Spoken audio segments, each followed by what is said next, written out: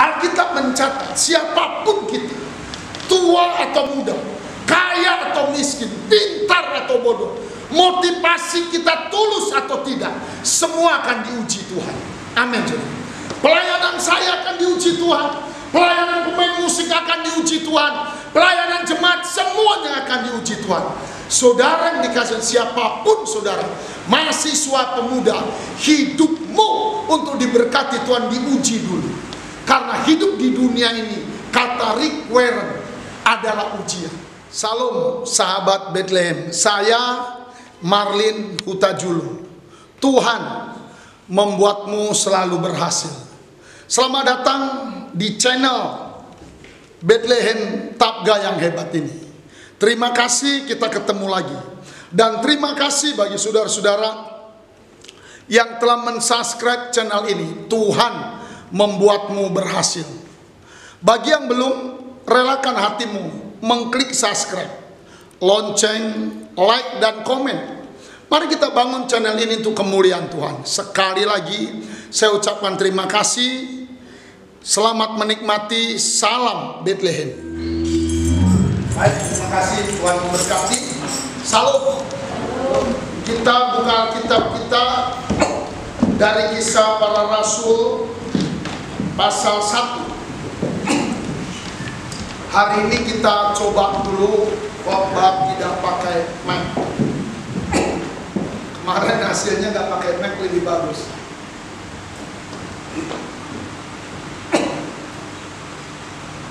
Kisah Para Rasul pasal 1 ayat 8. Hari ini firman Tuhan kita beri tema pentingnya kita harus diurapi.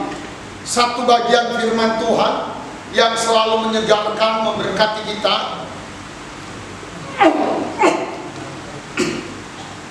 Biarlah di minggu kepenuhan Roh Kudus ini 2:10 malam kita semua diurapi oleh Tuhan. Mari kita baca sama-sama ayat 8, Kisah Rasul pasal 1 ayat 8.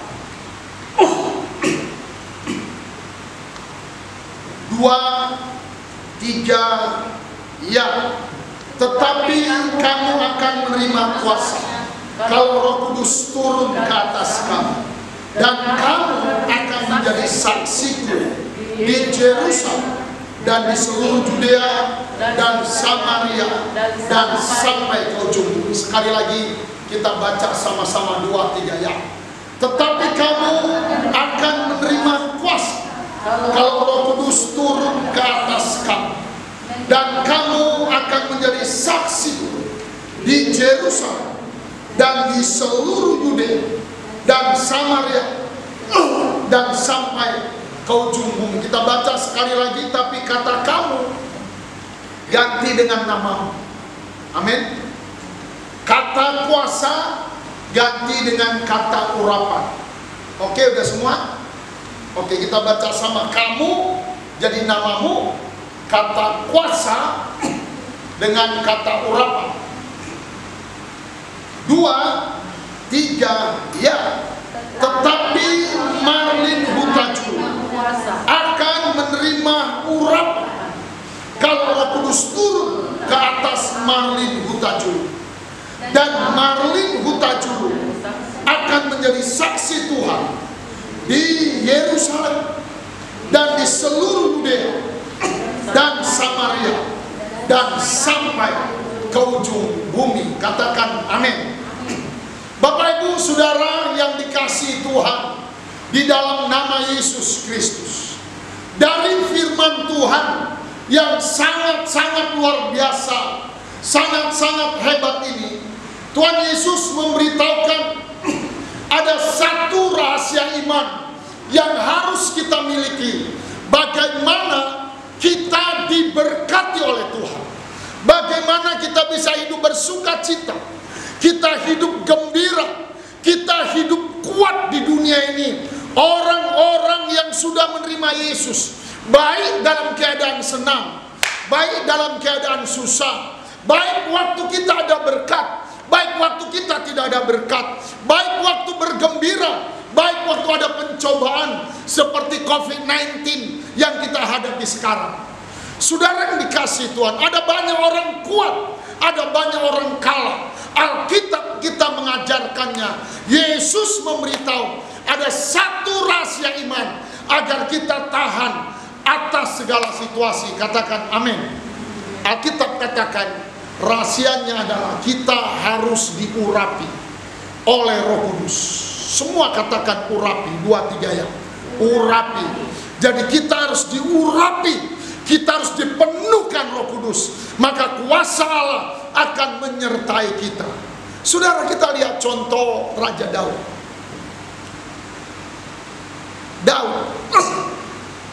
Dia menyadari ketika dia berhasil, keberhasilan Daud bukan karena kepintaran dia, keberhasilan Daud bukan karena kehebatan dia.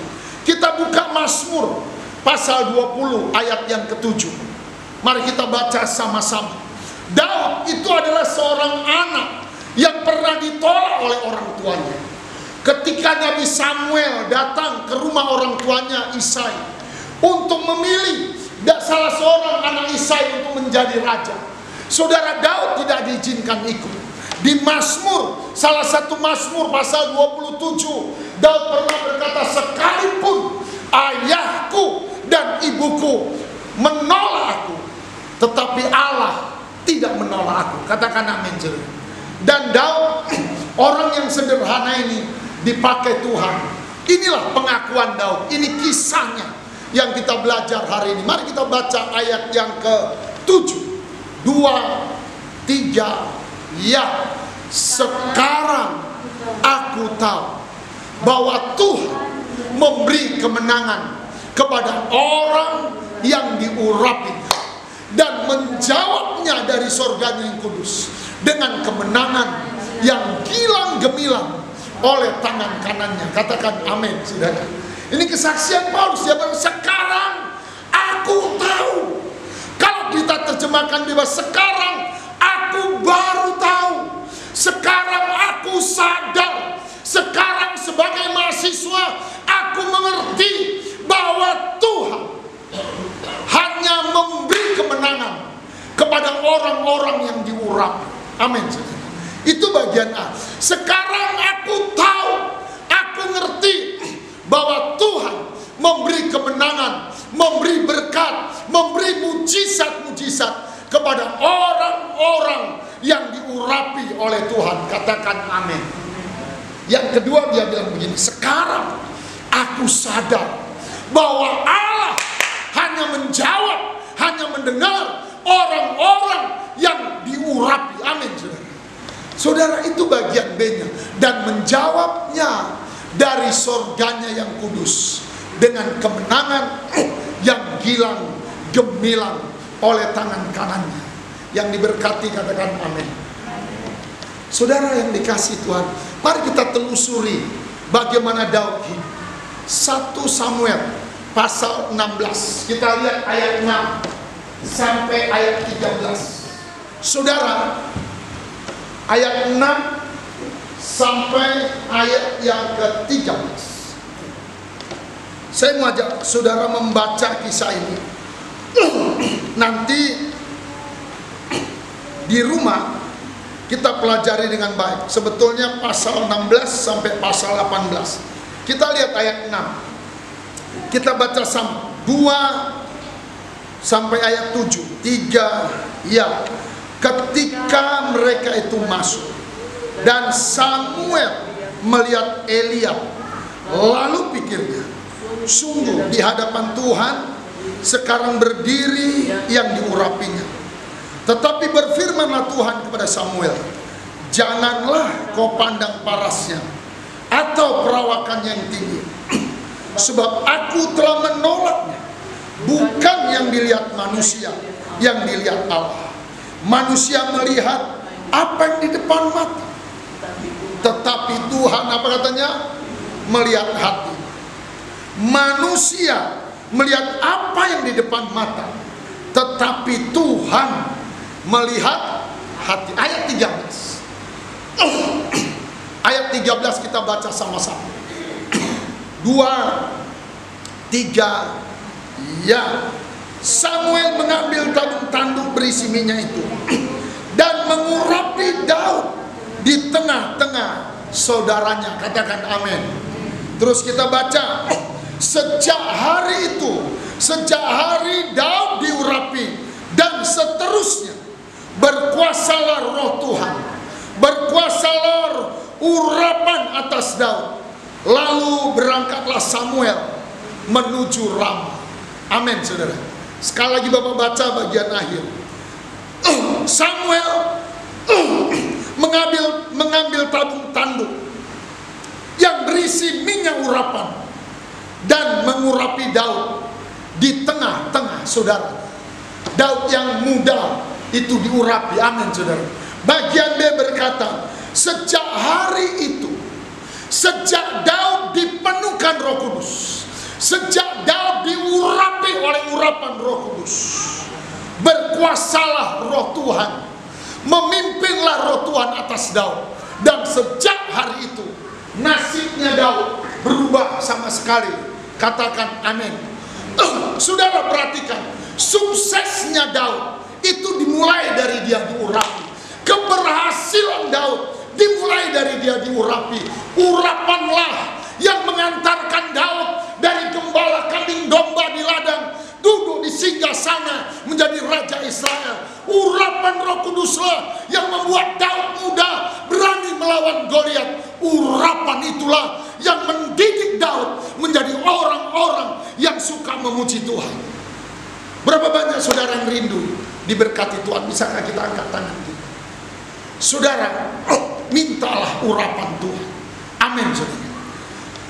Dari 1 Samuel pasal 16, pasal 17, pasal 18, kita lihat ada 4 tokoh penting di kisah ini. Kita mau belajar di akhir firman Tuhan. Yang pertama, tokoh pemain drama itu adalah yang pertama Raja Saul. Raja Saul, saudara yang dikasih Tuhan, dia seorang raja. Dalam hidup sehari-hari dia kaya, uangnya banyak, namanya juga raja. Kedua, Raja Saul itu profesional, dia ahli, dia sebahu lebih tinggi dari semua penduduk Israel. Yang ketiga, dia bekas diurapi, dia mantan yang diurapi.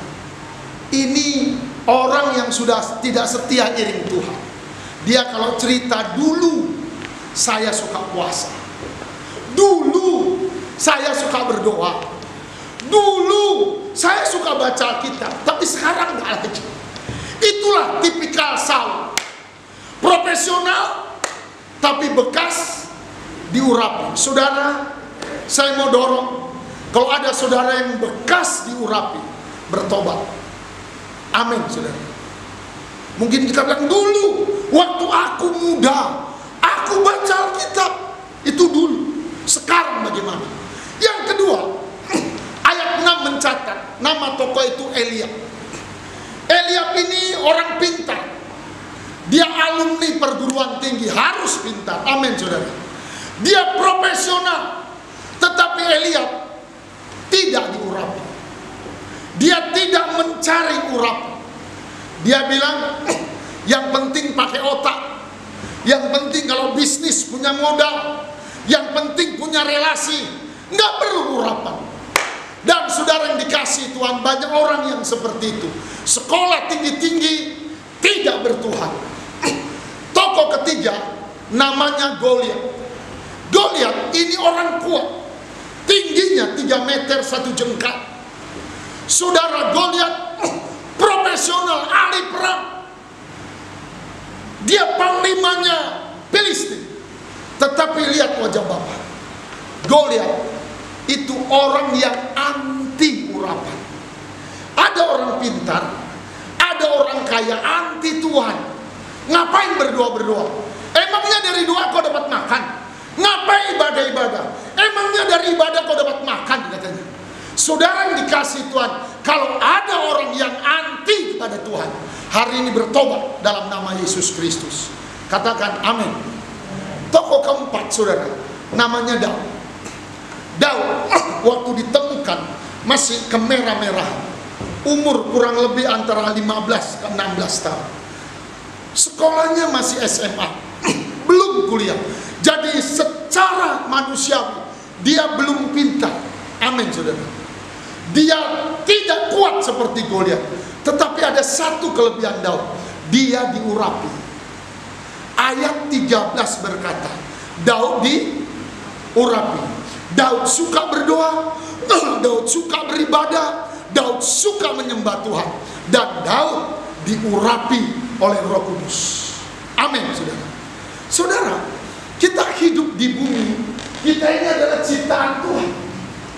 Alkitab mencatat siapapun kita, tua atau muda, kaya atau miskin, pintar atau bodoh, motivasi kita tulus atau tidak, semua akan diuji Tuhan.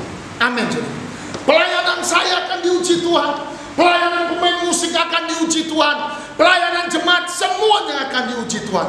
Saudara yang dikasih, siapapun saudara, mahasiswa pemuda, hidupmu untuk diberkati Tuhan diuji dulu. Karena hidup di dunia ini, kata Rick Warren, adalah ujian. Amin, saudara. Semuanya adalah ujian. Selain kesempatan, ini adalah ujian. Virus corona ini ujian. Apakah kita bertuhan atau tidak bertuhan? Kita hormat Tuhan atau tidak hormat Tuhan? Ada orang kesempatan untuk tidak beribadah, kesempatan untuk tidak berdoa. Amin, saudara. Mari kita lihat 1 Korintus 3 ayat 13 dan ayat 14. Kita baca sama. 2, 3, ya. Sekali kelak pekerjaan masing-masing orang akan nampak. Semua baca.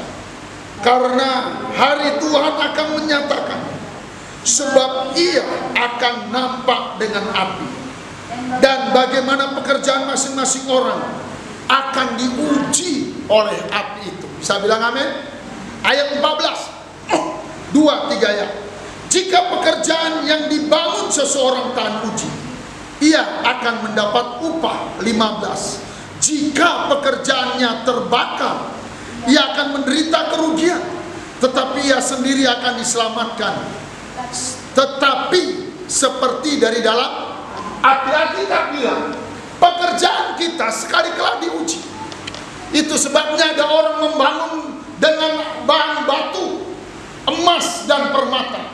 Ada orang membangun dengan kayu, dengan rumput, dengan ilalang, saudara. Amin, saudara. Yang pertama, semua kita diuji dengan api, dengan pencobaan, dengan kesulitan. Itu sebabnya corona ini menguji hamba-hamba Tuhan, menguji banyak jemaat. Ini jemaat asli atau tidak? Bisa bilang amin. Kenapa? Yesus mau datang. Tanda-tanda kita berkata dia akan segera datang. Amin, saudara. Diuji siapakah yang pantas untuk diangkatnya atau tidak. Jadi ujian pertama dengan kesulitan. Saya pinjam namanya Mas Dindim. Di Bethlehem ada namanya Mas Dindim. Amin. Dia cepat-cepat pulang, mandi, besolek, bukan besolek, sisiran, ingin jadi singa. Amin, saudara. Dengan begitu gembiranya Mas Dindim, dia berangkat ke rumah Tuhan, ingin melayani. Sampai rumah Tuhan dia sadar HP-nya hilang. HP-nya hilang, jatuh di mana nggak tahu. Saudara, itu HP baru. Bulan madunya belum habis. Itu HP dibeli dengan jerih payah, selain nabung dengan macam-macam. Tapi hebatnya, dengan bercucuran air mata, dia tetap datang ke gereja. Amin, saudara. Itu luar biasa. Malam itu dia nggak sanggup jadi singer. Akhirnya teman-teman doakan. Tapi hebatnya dia kuat. Malam itu dia pulang ke kamar kosnya. Nyaris tidak bisa tidur. Tapi syukur kepada Tuhan. Itulah ujian. Amin saudara. Besoknya dia langsung melayani jadi singer. Kenapa? Karena imannya tahan uji. Tidak ditentukan oleh berapa nilai hati. Amin saudara. Saudara, kita semua diuji Tuhan. Ujiannya dengan alat yang dua. Pertama dengan api, dengan kesulitan. Dengan sekarang Gojek susah, becak susah, angkot susah. Saudara di gerejanya gimana? Amin saudara. Semua mahal. Tuhan mau lihat. Itu sebabnya kita semua Bapak aja, ayo kita melayani. Kita ibadah 2 kali, ibadah 3 kali. 10 malam kita berdoa kepada Tuhan. Sebab kalau kita berdoa paling nonton TV di rumah, ngobrol kalau nggak berkelahi. Amin saudara. Yang kedua, kita diuji dengan harta, dengan tahta, dan dengan wanita. Saudara, Raja Saul diuji dengan tahta. Sebelum Saul jadi raja, dia rajin melayani, dia bernubuat. Bahkan kata Alkitab, dia persis seperti salah seorang nabi, padahal dia tidak nabi. Tapi setelah dia duduk di tahta, setelah dia kaya, dia goyah. Ada banyak orang begitu diberkati bisnisnya, dia lupa Tuhan, dia lupa beribadah. Untung besar, dia lupa. Semua nasar dia lupa. Baca Alkitab dia lupa. Ibadah dia lupa. Memberi persepuluhan dia lupa. Berkat juga itu alat untuk menguji kita. Amin saudara. Hari ini biarlah Tuhan mengurapi kita, tetapi urapan sanggup melepaskan kita. Katakan amin. Sekarang kita lihat bagian akhir. Ini semua dihadapkan. Yang pertama saudara, akhirnya berhadapanlah Saul. Saul profesional, bekas diurapi. Alkitab mencatat begini. Saudara, waktu itu kata Alkitab, maka tentara Filistin sudah berkemah di perbatasan dengan Israel. Mereka ingin menyerang Israel dan ingin menjarah. Ketika tentara itu sedang berkemah, keluarlah Goliat, panglima perang Filistin, berkoar-koar sambil berkata dan mengundang, "Hei Israel, kami datang untuk berperang melawanmu, tetapi peraturan perangnya berbeda. Pilihlah satu orang dari kalian, kami pilih satu orang melawan aku dan kita berperang." Amin saudara. Barang siapa yang kalah, dia jadi jarahan, dia jadi jajahan. Mana ada perang antar bangsa cuman satu lawan satu? Nggak ada itu. Amin saudara. Tentu iblis lah namanya. Akhirnya saudara, dia teriak-teriak. Saudara, tentara-tentara Israel lapor sama Raja Saul, "Raja, ada musuh di perbatasan, ngajak kita perang." Saul ketika tahu ada iblis, ada pencobaan, goyang hati. Amin. Orang kalau udah nggak diurapi goyang. Dan saya beritahu, iblis Goliat tidak pernah takut dengan kekayaan kita. Dia tidak pernah takut dengan kepintaran kita. Saudara, Saul kaya, Saul profesional, tapi iblis tidak pernah takut dengan harta. Iblis hanya takut dengan orang-orang yang di dalamnya ada urapan Roh Kudus. Katakan amin. Akhirnya Goliat berteriak-teriak, Saul kalah. Yang kedua tokohnya namanya Eliab, pintar dan profesional, tapi tidak mau dia berdoa minta urapan, nggak berkutik. Amin saudara. Kisahnya dia nggak berani ngomong apa dan A dan B, dia hanya di barisan dan sembunyi. Kalau kita nyanyi paduan suara, saudara, mukanya ditutup saudara, tak berkutik. Tapi kalau nggak ada masalah, dia ceritanya banyak. Akhirnya tokoh yang ketiga, keempat ketemu, yaitu Daud dan Goliat. Ketika Goliat lagi berteriak-teriak, "Hai Israel!" di tempat berbeda, Isai, bapaknya Daud, panggil, Daud sini. Iya Pi, katanya. Kamu pergi dulu antar makanan. Abangmu Eliab, Aminadab, dan Syamah, katanya, lagi berperang menghadap Filistin. Ini kau antar. Lihatlah mereka di barisan itu seperti apa. Nanti kamu lapor sama bapak. Daud bilang, siap Papi, katanya. Daud berangkatlah bawa bontot. Amin, saudara. Orang itu nggak makan saksa. Mereka berangkat. Daud berangkat. Begitu Daud sampai di barisan, sampai di barisan, dia dengar Goliat berteriak-teriak, "Hei Israel!" katanya. Daud waktu mendengar Goliat berteriak menghina Israel, hatinya mendidih. Pilihlah satu orang lawan aku, kata Goliat, supaya kumatikan, kuberikan pada burung-burung. Waktu dibilang begitu, sini mendidih. Yang bikin Daud mendidih kenapa? Karena nama Tuhan dikecilkan. Sampai di barisan Daud tanya, siapa orang ini, katanya. Inilah musuh kita itu Daud. Kata tentara itu, bilang sama raja, aku mau maju melawan dia. Dia masih muda. Akhirnya saudara disampaikan berita kepada Raja Saul. Raja, ada anak muda kita mau maju melawan Goliat. Siapa, katanya? Itu Daud bin Isai. Coba panggil, katanya. Panggil. Waktu dipanggil, Saul terkejut karena Daud masih muda, kemerah-merahan. Umurnya masih 16 tahun.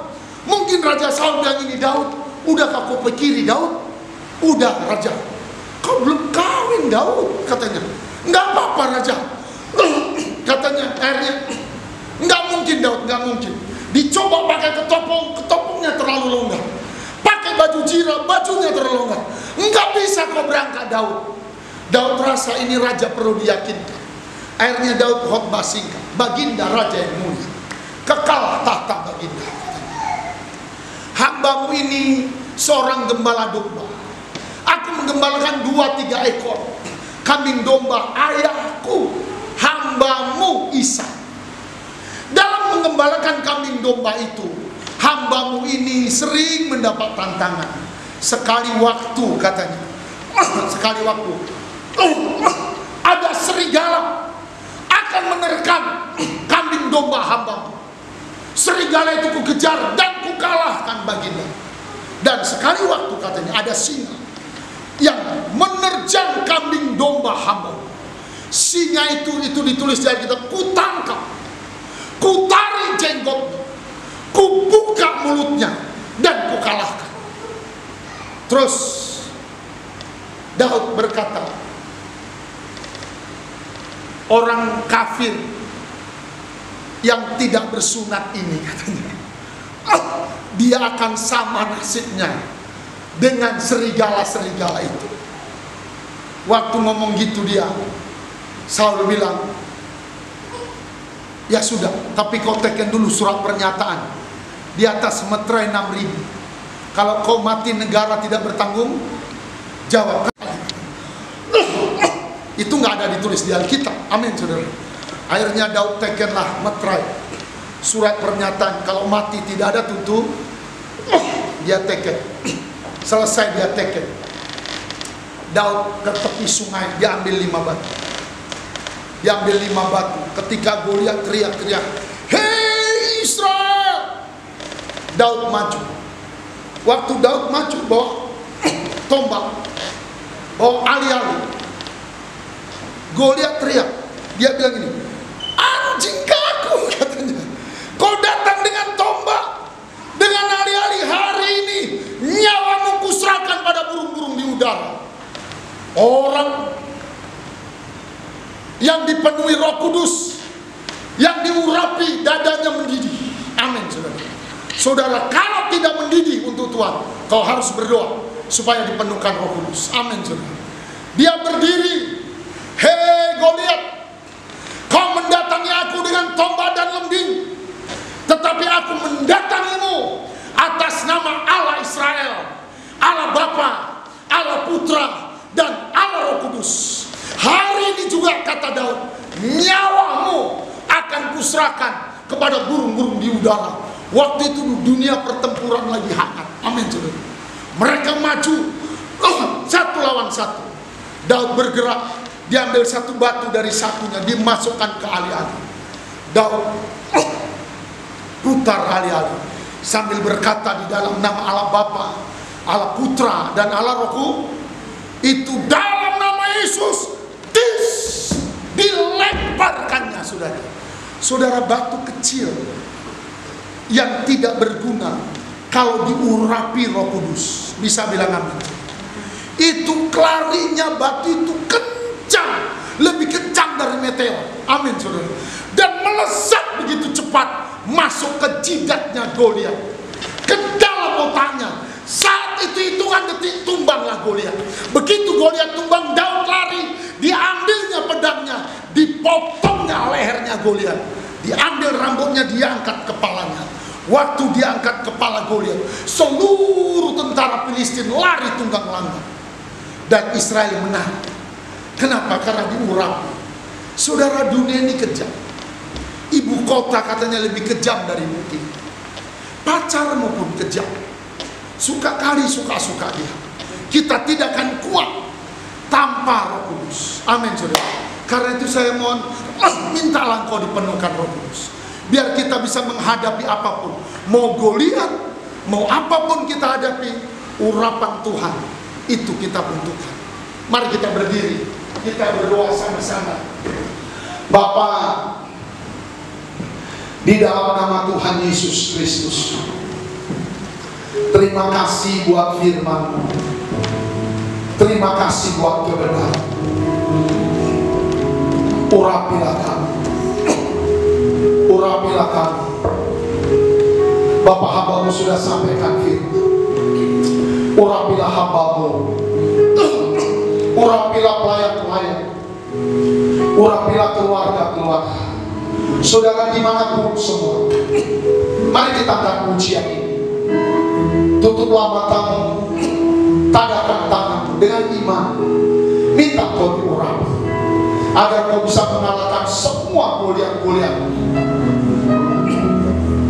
yang menghalangi kita.